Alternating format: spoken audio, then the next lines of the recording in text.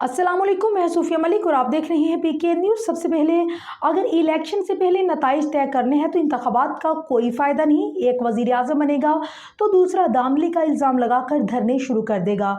बुजुर्ग सियासतदान इंतजामिया के जोर पर इलेक्शन ना लड़े, शफाफ इलेक्शन नहीं होगा तो आवाम को नुकसान होगा। चेयरमैन बिलावल भुट्टो जरदारी का नौशहरा में वर्कर कन्वेंशन से खिताब। मज़ीद तफसीलात ब्यूरो चीफ नौशहरा नदीम खटक की इस रिपोर्ट में। बिस्मिल्लाहिर्रहमानिर्रहीम। अस्सलाम वालेकुम। जिए भुट्टो।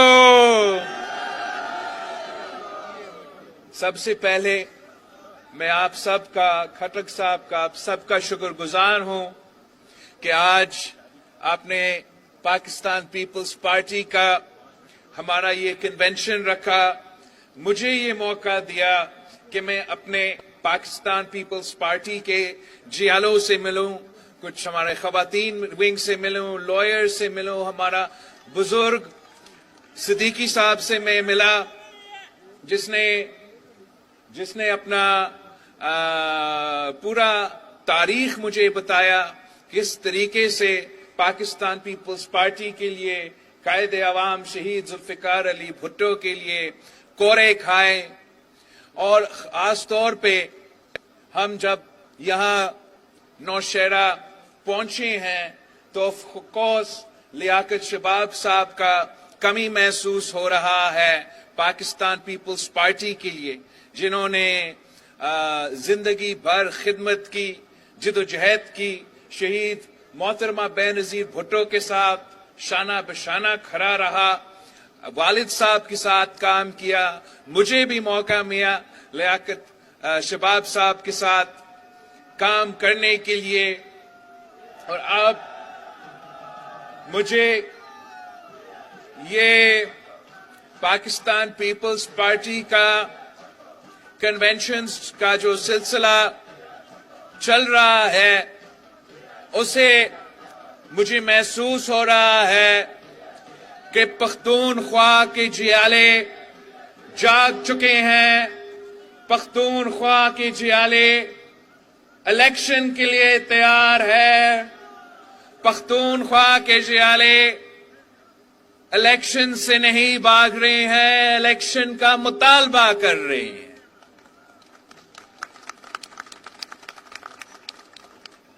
पाकिस्तान पीपल्स पार्टी जो खैबर पख्तूनख्वा के जियाले हैं, इन्होंने ना सिर्फ दो आमिरों से, 3 आमिरों से बल्कि मुकाबला किए, मगर साथ साथ जिस तरीके से दहशतगर्दों का, इंतहा पसंदों का आंखों में आंखें डालकर मुकाबला किया,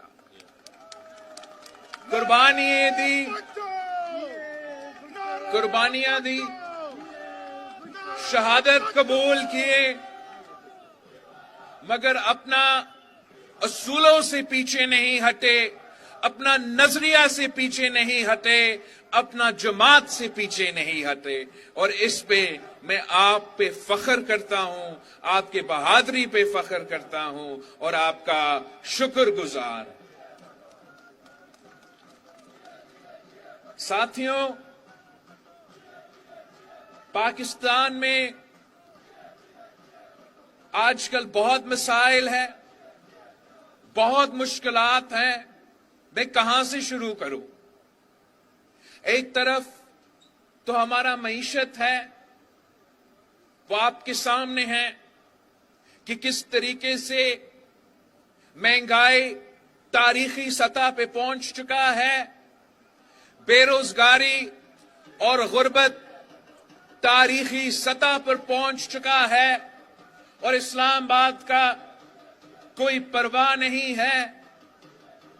दूसरी तरफ जो हमारा लॉ एंड ऑर्डर सिचुएशन है, जो दहशतगर्दों का आपने इतना बहादुरी के साथ मुकाबला करके उनको शिकस्त दिलवाए थे, उनको एक बार फिर पाकिस्तान लेकर आए, इधर बसाए, और अब उसका जो नुकसान है वो पाकिस्तान भुगत रहा है।